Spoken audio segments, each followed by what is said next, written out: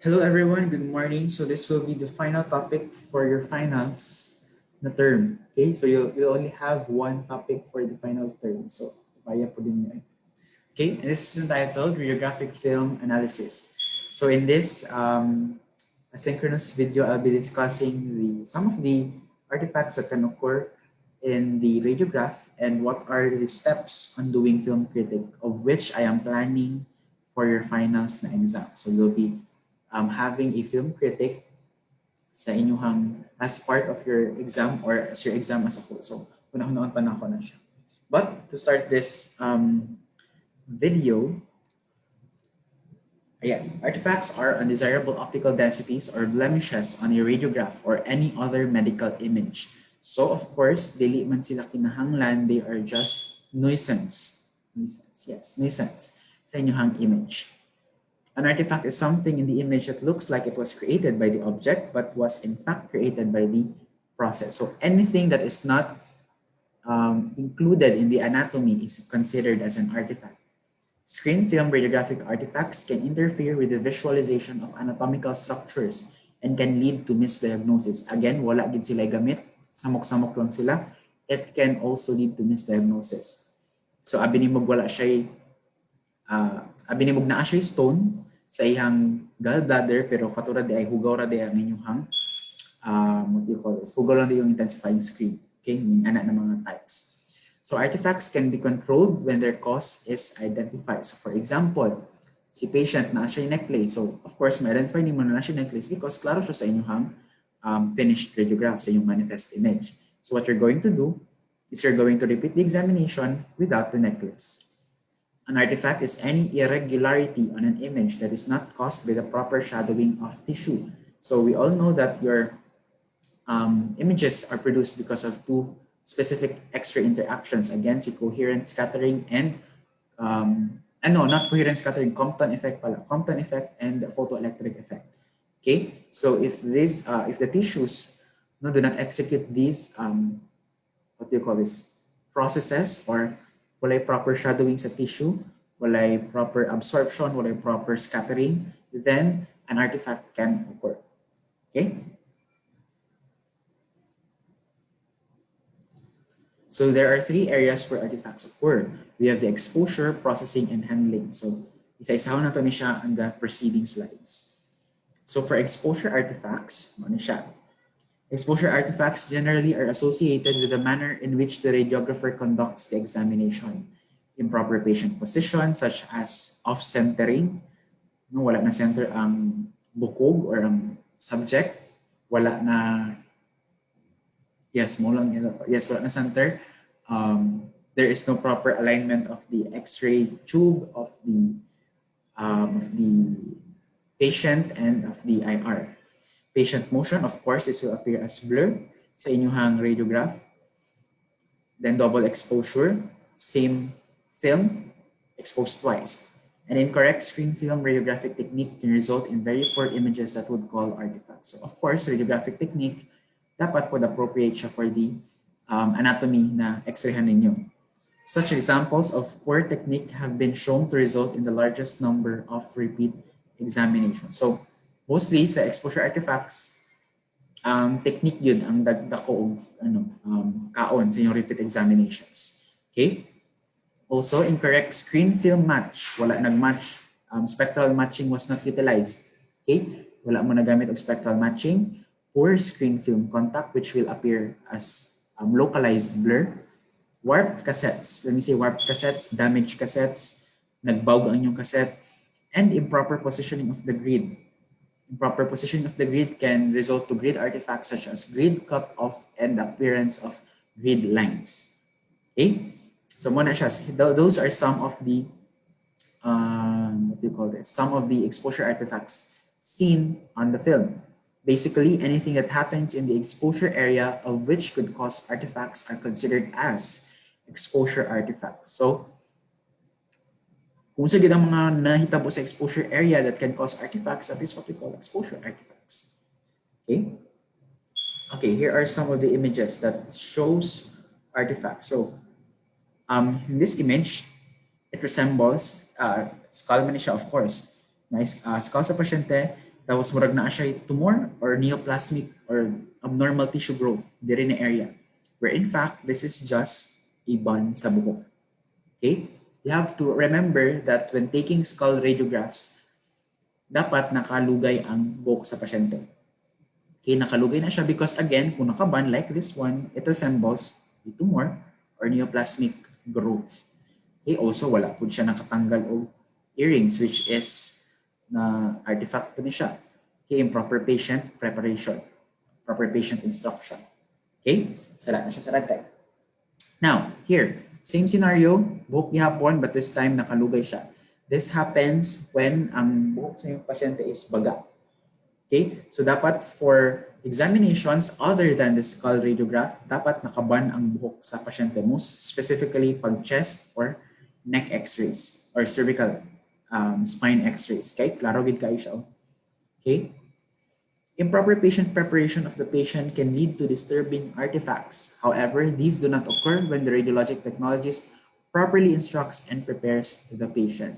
So, muna siya, again, improper patient preparation, and sa man yung button ana for the next exposure, for the repeat exposure. Of course, remove the earrings, lugay ang buhok, ban ang buhok, and then proper exposure technique. Okay naman, actually, okay na good ang exposure technique for this one. Okay? Next, ayan, halatang halata naman siguro, klaro kaayo. Okay? Si patient, wala gitanggal ang iyang mamahaling necklace. Si babae na patient, nagsuot og bra with metal underboob. Diba? Underboob. Okay. So, kanina siya sa AP, klaro gyapon siya for the lateral. So, artifacts on or worn by the patient often are concealed by clothing. So, dapat tanggalan din na siya because it can conceal any fracture, any pathology that is needed by the radiologist para mabasa gini og tarong. Among these items are necklaces, pendants, hearing aids, chains, earrings, body and facial piercings, zippers and catches, and a variety of jewelry.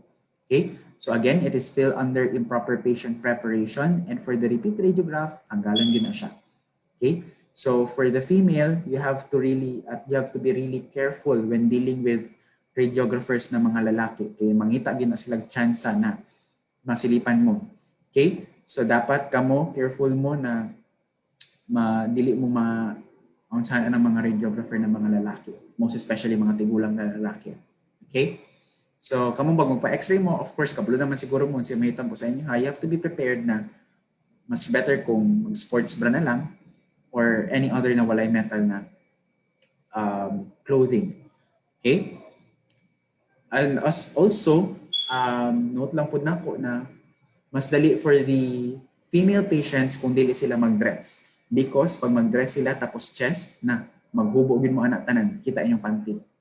Okay? Yun siya. So, ang ano lang sa sports bra is if baga ang iyong sports bra, it can resemble a band manggo dari maklaro siya, mas ma-consider po siya ng artifact. Okay? So make sure that the sports bra that you are wearing is medyo nipis lang siya so that it cannot produce artifacts sa inyong radiograph. Okay? Ayan. So same lang gihapon, improper patient preparation, wala gitanggal ang mga singsing. Okay? Tapos, for this one, the white spots on this film, ayan, meron kayong white spot, can be result of damage, worn out, or dirty screens. Okay? Kani siya, again, the cause of this is damage, worn out, or dirty screens.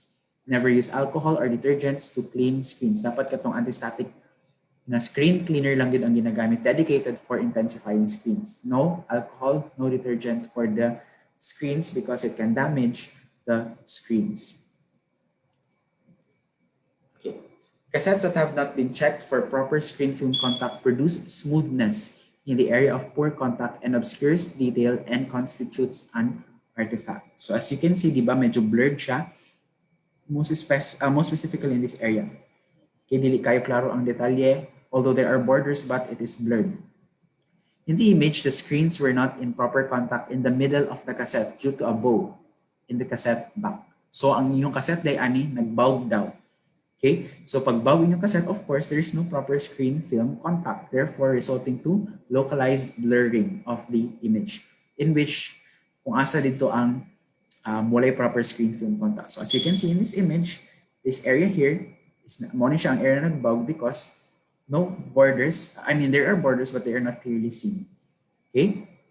Additionally, film screen mismatch should be avoided as it does not only degrade the quality of the image, but it also increases patient load. So, di ba, again, spectral matching, match the color sensitivity of the films to the color emitted by the screens because it does not only degrade the quality of the film, again, but it can increase patient dose.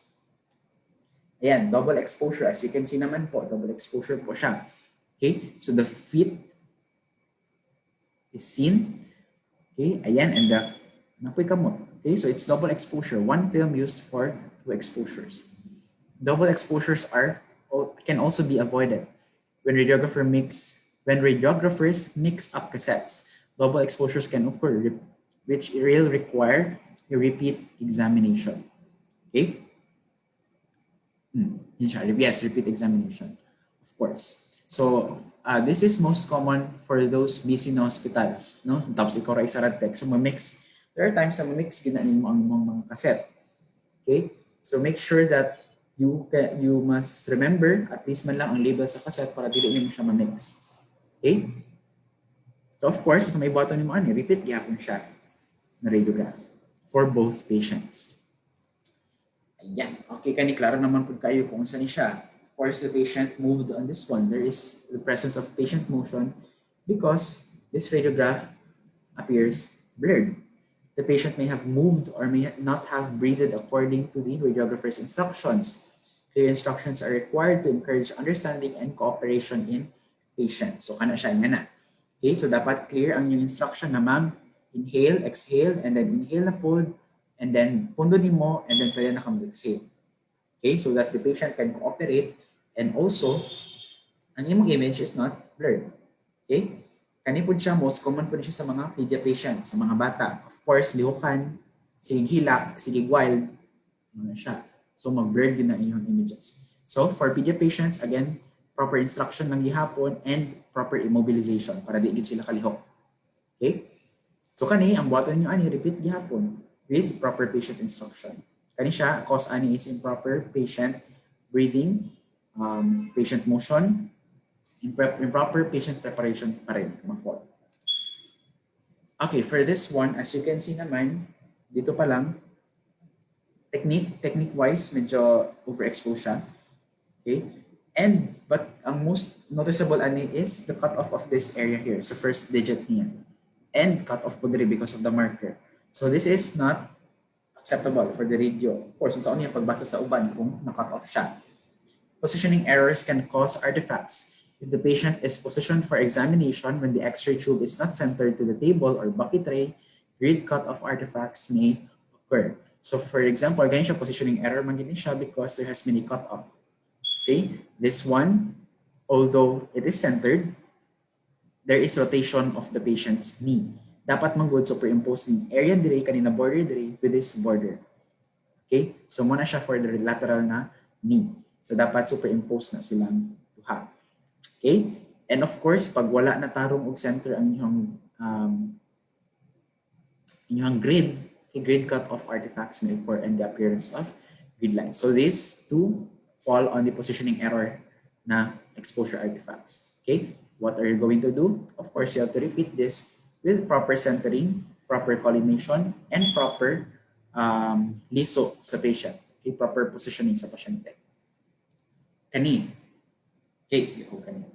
Okay, so when one is trying to locate an object that has been swallowed, this is not an artifact because natulon man sa bata. So why is it considered an artifact? So this is not an accidental, dili man siya accidentally na nakita siya dili na area. It is swallowed. Okay, mo ni siya ang main na murag complaint sa pasyente. On the other hand, if such an object appears on an image unexpectedly, so for example, nag-chest x-ray ka tapos na ay piso sa iyang pocket diri. Okay? So that is improper patient preparation gyapon. That is why history taking is important not only for these cases but for other cases too. So for example, kani, although there are times na makita naman nimo sa request na ay diagnosis ng doctor na nakatulong ng piso, you still have to, what is that? You still have to take the history sa pasyente to make sure to clarify na lang po. Okay? And then, through this, the radiologist's reading will be more structured and well-backed. Okay? So again, daily artifact kung nakatulon ang pasyente, kung naasa sulod sa body sa patient. Okay? Pero pag nasa sa gawa sa body sa patient, kunwari nasa pocket ng mga coins, na ay glasses sa iyang pocket, so that is what we call artifact because accidental na nabutang siya dito. Okay? Again, history taking is important for these type of cases. Next, in cases of trauma, pins, fasteners, dressings, and splints often have to remain in place because the removal could be dangerous to the patient. Of course, dili magnatupugson ang pasyente na, ma'am, tanggala sa na imong pin sa imong brain, ma'am, kay dili maklaro ang imuhang skull kay na ay metal.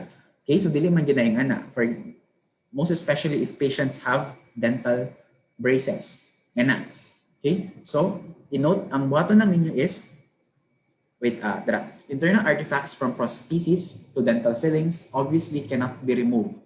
And similar to trauma cases, this should be noted on the examination request form. So, walay artifact na mahitabo ani because of course, dili man gid na siya mapugso na mapaopera sa dito tanggala sa ng brain clip ni mo dira. Okay, mag-x-rayhan ka na mo. Okay? So ang buhaton ninyo ana is you have to note sa radiologist na magbasa na doc kani siya na pasyente na siya brain clip sa iyang ulo, na siya braces, na siya postiso, na siya pasta sa iyang ngipon. Okay? This is the most important thing to do. Then, kani, the peculiar circular and linear radio-opaque densities have occurred as a result of the cassette being placed in the cassette chamber backwards. So, ang cause ani na artifact is that your cassette is dili ang front ang naka-in contact with the patient's neck. It's the back side. If ingani ang may tabo, tara, na ay mga geometries na makita. Circle, mapatayamon, may ana. Okay? So, it is important that you check that the front side of the cassette is what is in contact with the patient. Okay, so improper patient preparation, basta it's one of the exposure artifacts. Okay, sala na sa radiographer. Alam na magsala sa pasyente. Okay, now we go with the processing artifacts. Okay, so as the name states, these artifacts occur when one is processing either manual or automatic. Any number of screen film radiographic artifacts can be produced during film processing. So some of them in the exposure artifacts, some of them handling, some of them in processing. Most are pressure type artifacts caused by the transport system of the processor. Okay, so your processing artifacts mostly are caused by pressure type na mga artifacts caused by the transport system sa inyong processor. Okay. So ipakita na po ang some of the automatic processor na mga artifacts. So this is a classic example of guide shoe marks. Okay, so as you can see, there are white lines here. Ayan. Okay, muna siyang ginatawag na guide shoe marks. It occurs when the guide shoes in the turnaround assembly of the processor are sprung or improperly positioned. So wala siya natarang og position. Ayun yung guide shoe. That is why it's called guide shoe marks. It appears as white lines. Again, white lines po siya, ha? Guide shoe marks can be found on the leading edge or the trailing edge of the film parallel to the direction of the film travel through the processor. Okay? So, ang movement sa film ani is kani siya ang first na gisulod sa padulong sa entrance rollers. Kani ang nasa side rails. Okay? Because ang guide shoe marks, it runs parallel to the film direction. Okay? So, kung ma-imagine ninyo, kani siya ang gisulod first padulong sa entrance rollers, muna siya, guide shoe marks din siya because it goes parallel to the direction of the film towards the automatic processor. Okay? So what you're going to do is you have to repair, or if di siya makayag repair ang inyong guide shoes, you have to replace it. Okay? So that these marks don't occur anymore. Next, similar to the first one, we have pi lines, as in PI, katong 3.1416. That is because pi lines occur at 3.1416 inch intervals because of dirt or chemical stain on a roller, which sensitizes the emulsion. Because the rollers are an inch in diameter, 3.1416 inches represent one revolution of a roller. So, Ang interval ani nilang duha, and interval po ani niya o interval ani niya is 3.1416. That is why it's called pi lines, because in one revolution mag-occur ang isa ka line. In one revolution of the roller, isa ka tuyukan, a pi line occurs. No, isa ka tuyukan, another pi line occurs. So siya ginatawag siya ng pi lines. And this artifact appears perpendicular to the film's direction of travel through the processor. So kung si guide shoe marks, it appears white. Si pi lines, it appears black. Si guide shoe marks, it occurs parallel to the direction of the film through the processor. Si pi lines, it occurs perpendicular to the direction of the film travel. So if pi lines will occur, of course, ang pagsulod ani is kani siya ang nasa padulong sa inyong entrance rollers, kani ang nasa side rails, because pi lines occur perpendicular to the film travel. Okay, so what you're going to do is, of course, proper cleaning sa inyong roller so that chemical stains will not occur and will not sensitize the emulsion. Next, another pressure type artifact. So this is what we call wet pressure sensitization. Okay, pressure type artifacts usually sensitize the emulsion and appear as higher optical density. Again, when it sensitizes the emulsion, it appears as higher optical density, and those that scrape or remove emulsion or the gelatin appear as lower OD. Okay, so wet pressure sensitization is a common artifact that is produced in the developer tank. Irregular or dirty rollers can cause pressure during development and produce small circular patterns of increased OD. So this is what we call wet pressure sensitization. There has been a pressure sa mga rollers, okay, because of its dirtiness. Mo na appear ng mga circular patterns of increased OD. Okay, so of course, nakita man ninyo ang ihang border is compared sa uban, increased gid ang ihang optical density, increased blackening. What are you going to do? Of course, clean gyapon, limpyuhan niyo ang iyong rollers. Okay, so that it does not sensitize nor scrape the gelatin or the emulsion.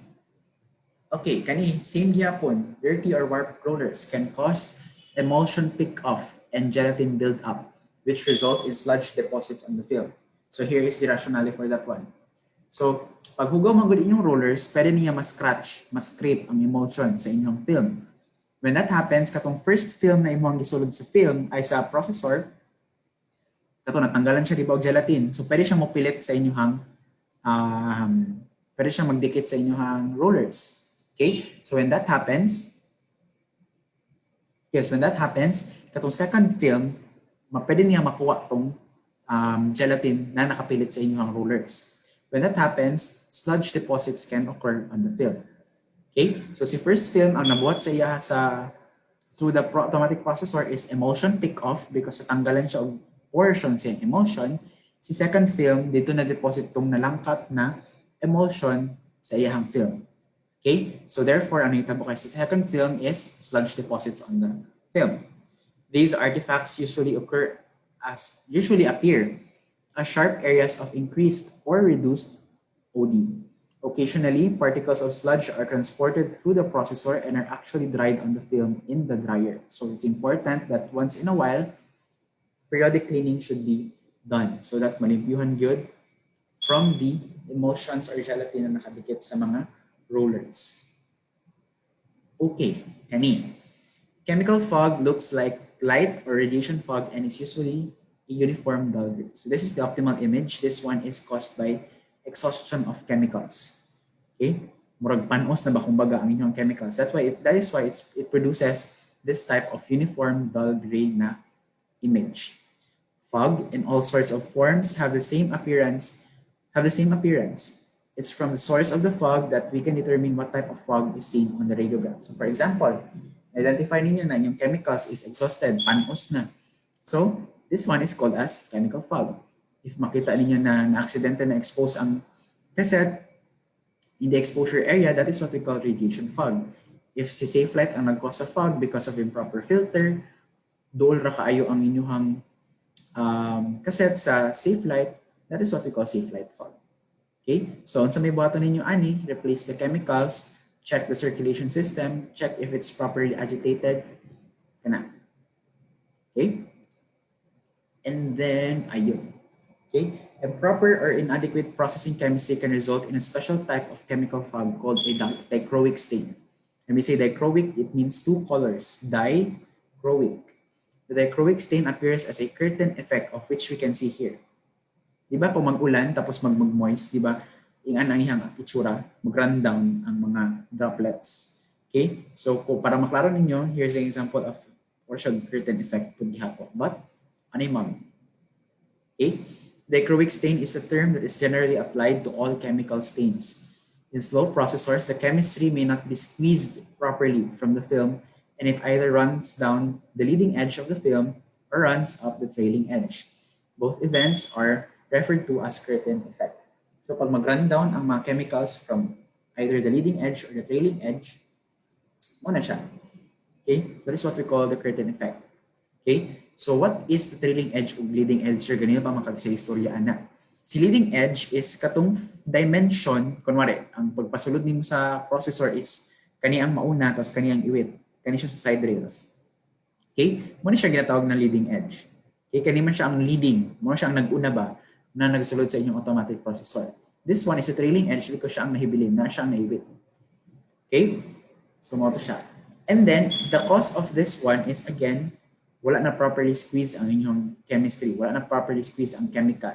Okay? So, most probably, the problem here is asa man na roller. It's the squeegee na roller. So, di ba ang function sa yung squeegee roller is to squeeze the chemicals para dili na siya mag-transfer ang chemicals from developer to fixer to wash. Okay? So, if that happens, it can the remedy is to either replace or repair inyong inyong squeegee na roller. Next, ani, this film remained in the developer too long, perhaps from power failure or processor jam. Okay? So, pag sulod niya sa film, nag-brown out lag kalit, so mas na-dip niya siya na area sa developer because di ba increased developing time is mag-increase po ng optical density niya. So, therefore, you can conclude that this one was mas tarong ni siya kaysa kani because kani siya mas na-dip siya more on the increase ang iyang dipping time kumbaga sa developer compared on this area. Okay? So what you're going to do is wala man tayo mabuhat pag mag-processor jam or sa processor jam natin mabuhat pero pag power failure unexpected ba yan na siya. So wala tayo mabuhat But for processor jam, you have to of course proper quality control program and preventive maintenance. Okay? Next. Okay, this is a classic example of the kissing artifact or kissing defect. This artifact on the radiograph represents an area where two radiographs became attached to each other in the manual developing processes. Okay? This has been called a kissing defect or artifact. So pag manual processing mo, usahay man gud ninyo mabantayan na nakuha ninyo na radiograph is double the eye. Okay? So pag tuslo ninyo since magpilit man gina siya because there is fluid in between the radiographs or between the films, mo ni siya ang itsura niya. Okay? Naglama-lama sa inyong diri na area. Okay? So, of course, sa inyong button, of course, next time, check ninyo, kapaon ninyong taman kung duha ba dito kabuok or isa lang kabuok ang film na inyong nakuha. Okay? And then, this one. So, kani siya, wala na gid siguro natarong og sulod. Okay? Wala na tarong og sulod na feed ang inyong film towards the processor. Marks that appear as tractor tracks, as in kanang tractor na TRACTOR, TRACKS. Okay? Marks that appear as tractor tracks on the upper left portion of the film are referred to as tractor marks. This results from the film not being fed properly, thereby jamming the processor. So dapat tarong din niyo pakaon sa inyong processor ang film so that it cannot lead to this type of artifacts. Ultimately, processing artifacts are eliminated with a proper processor QC program and frequent cleaning. So, mo gini siya ang mga two major remedies sa inyong processing artifacts. We have a proper processor QC program and of course, limpihan gini siya taman. Now we go with the next type of artifact, which is the handling and storage artifact. So, A number of artifacts are caused by improper film storage conditions. Image fog can result if the temperature or the humidity is too high, kung init kaayo, or if the film bin is not shielded adequately from radiation. So, wala siya, kulang ang LED niya, dili appropriate ang thickness sa LED, therefore, some X-rays can pass through and fog the films. Pressure marks can occur if the film is stacked too high. Although, pwede ko siya ma-stack ka ng gamay lang, but it is not a proper practice manggo. Dapat inyong films and cassettes are stored vertically. Okay? So also inyong temperature dapat naka-monitor na siya. Too high or too low, image fog can occur. Humidity if of too high or too low, image fog can occur. Excuse me. After exposure, it is very sensitive to fog ang film ninyo. Okay? It is very sensitive to fog from lighting problems in the dark room. Okay? So what phenomenon is mentioned? Diba? Pag common yung X-ray, kay sensitive kayo siya from other X-rays, and also sensitive siya from light and other particles such as dust. So, diba? Latensification. Okay? All handling artifacts are avoidable. Pwede kayo siyang avoid. Okay? Again, one example. White light leaks in the dark room or within the cassette cause streak-like artifacts of increased AD. So, pag igani yung appearance, that means that, diba dark kayo siya, that means kani siya white light leak, gini siya, nag-leak ang white light sa inyong hang. Nag-leak ang inyong white light sa inyong hang film. Okay? Mailang kani kay sa upper areas lang ang naigo. Okay? So, yes, nga na siya. Pag white light leak, dark yun ka siya, as in karo yun na ay nag-leak na light. White light leak yan. Okay? So, what are the remedies that you are going to do? Check ninyo for if the dark room has light leaks. And of course, tabunan gina ninyo. And then, isa pa ba? Ensure that the film bin is properly closed pag magkuha mo ng film. And then, isa pa ba? I think that's all. No? So, mo siya. Dapat properly closed ang yung film bin, and then ang yung dark room dapat sarado. Light proof, kumbaga. Okay? If the safe light has an improper filter, so wala na appropriate ang yung filter, the safe light is too bright, or the safe light is too close to the film processing tray, the image may be fogged. Okay? So makita niyo ang difference from fog or kanang mga types of fog to pag white light leak. Okay? Pag white light leak yun as in itom gina siya, as in itom na itom yun. Okay? Pero pag fog lang, tama lang, under exposure lang niyang nam. Okay? So pag ato gani, if the safe light has an improper filter, wala siya nag-match, no? The safe light is siga kaayo and the safe light is too close to the processor, image fog can occur. And this type of fog is what we call safe light fog. Films left in the X-ray examination room during an exposure can become fogged by radiation. And this is what we call radiation fog. Again, balik-balik kung sasabihin sa inyo, all fogs look alike. It is the source ang nakalahi sa ilaha. So of course, if the safe light is the source, it's called safe light fog.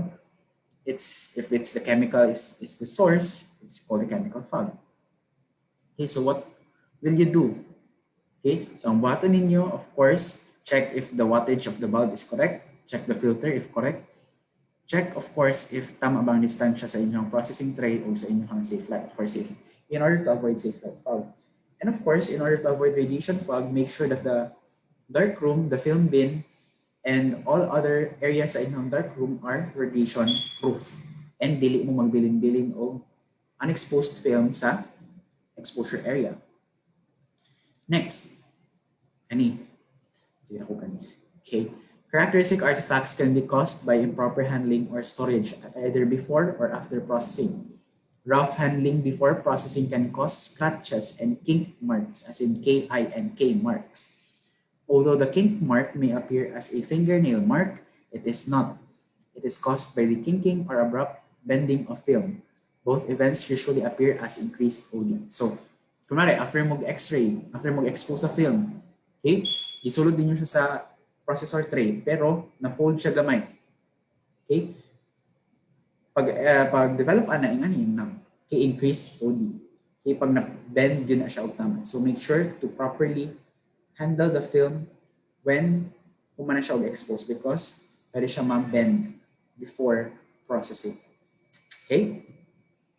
So what are you going to do? Of course, again, proper handling sa inyong film. Again. Okay.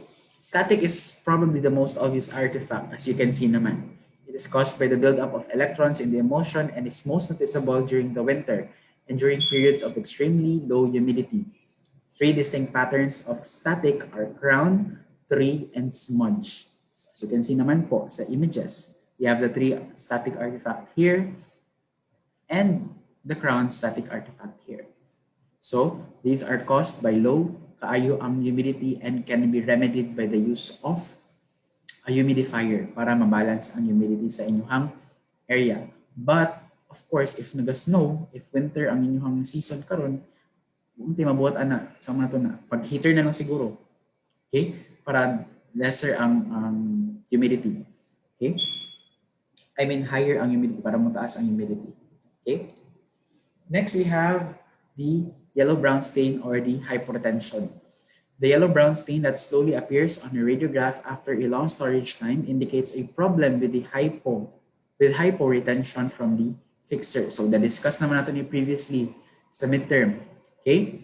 So, if again, it was inadequately washed, no? Wala natanggal ang residual thiosulfate from the fixing process during washing, silver sulfide slowly builds up in the film. And when that happens, mag-yellow ang inyong film. Okay? So, pag humanin yung process, dili na siya mag-appear directly ang hyporetention. It appears slowly in time. Okay? So, muna siya, pag wala siya natanong og wash, again, sa inyong wash tank, silver sulfide will accumulate and then it will provide this yellowish brown stain. Okay? Of course, sa may buhatan ninyo, ana, your washing tank should be checked. Okay? So para tarong gid ang paglimpyo sa inyong mga films. Okay? So that wala dyan mabilin na thiosulfate. Why is this important na human naman siya, sir? Dili naman siya kinahanglan na-exayan naman ng pasyente, tinatagan naman siya diagnosis. What if the patient asks for a copy, no, sa iyang radiograph? Of course, at least na may mahatag na limpyo. Kaysa naman maghatag mo film with hyporetention. Okay?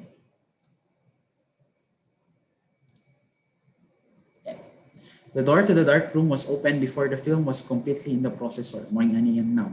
So sa anumang good, automatic processing, pag maghatag mong good ng signal ay yung automatic processor na okay, human ako agi sa developer tank. So when that time comes, a beep or a sound is produced by the automatic processor. When that happens, pwede na ninyo i-on ang suga. But in this case, before pa nag-beep or naghatag og signal ang inyong automatic processor, gi-on na niya ang suga. Muna siyang may mga appearance na maying ani. Okay? So, so may button ninyo ani, of course, proper timing lang gihapon.